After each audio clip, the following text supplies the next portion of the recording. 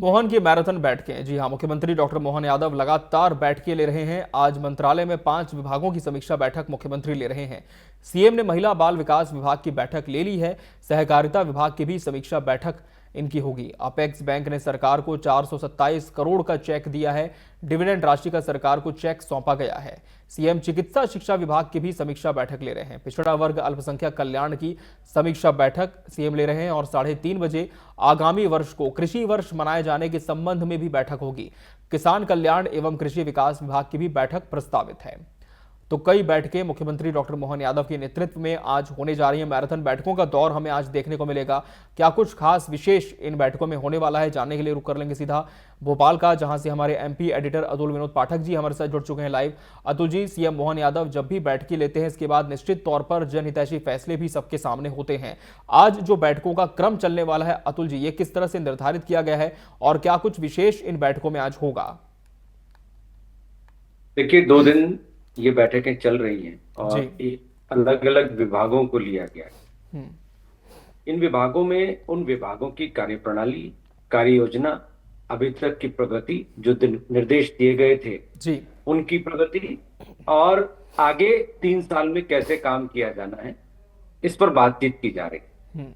देखिए, मुख्यमंत्री का एजेंडा हर जगह एक जैसा, जी। लाभार्थी तक लाभ पहुंचे, मध्यस्थता खत्म हो, टेक्नोलॉजी बढ़े और करप्शन की कोई जगह न। हम्म।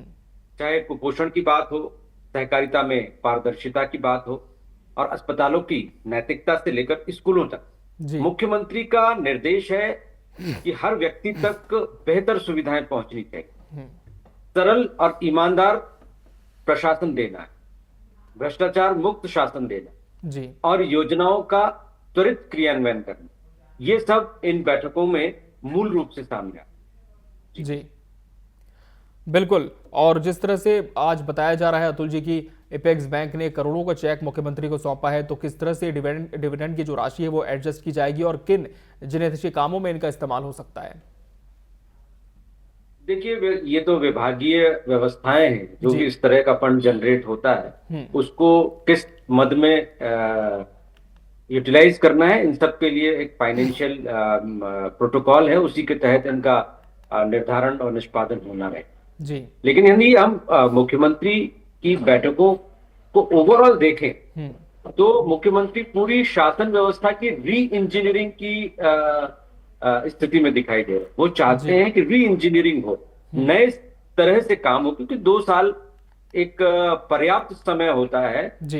प्रत्येक विभाग को अपनी कार्य योजना बनाने से लेकर इंप्लीमेंट करने तक। हम्म। अब यदि हम 3 साल की बात करें तो ये 3 साल बहुत ही महत्वपूर्ण है। हम्म। 3 साल में आखिरी का 1 साल तो सिर्फ अपने प्रदर्शन को दिखाने का और बताने का होता है। बीच के जो 2 साल होते हैं वो महत्वपूर्ण होते हैं, जिनमें योजनाएं गति पकड़ती हैं और नतीजे सामने आते हैं। एक सरकार को 5 साल का एक निर्धारित समय दिया जाता है कि 5 साल में सारे चरणों से होते हुए वो जनता तक उन वादों और उम्मीदों को पूरा करके जी। दिखाए जिन्हें लेकर वो सरकार में आई। जो दृष्टिपत्र बीजेपी ने सामने रखा था, उसी के आधार पर सरकार ने आकार लिया। तो पूरी पारदर्शिता के साथ शासन व्यवस्था में जी। जो योजनाएं हैं, जो वायदे हैं, वो पूरे हों और जनता को न्याय मिले और न्याय मिलता हुआ दिखे भी। ये सब बैठकों का एक मूल हम अमृत कह सकते हैं, मंथन से निकला हुआ, जो अभी हमें समझ में आ रहा है। जी बिल्कुल। और जिस तरह से पहले स्पष्ट हो गया था अतुल जी की सीएम सभी विभागों की समीक्षा सिलसिलेवार करेंगे और जहां कमी होगी उन्हें दुरुस्त करने का प्रयास भी किया जाएगा। और इसी क्रम में हम कह सकते हैं कि इन बैठकों की शुरुआत हो भी चुकी है। बहुत बहुत धन्यवाद अतुल जी आपका हमसे जुड़ने के लिए इस पूरे विषय पर।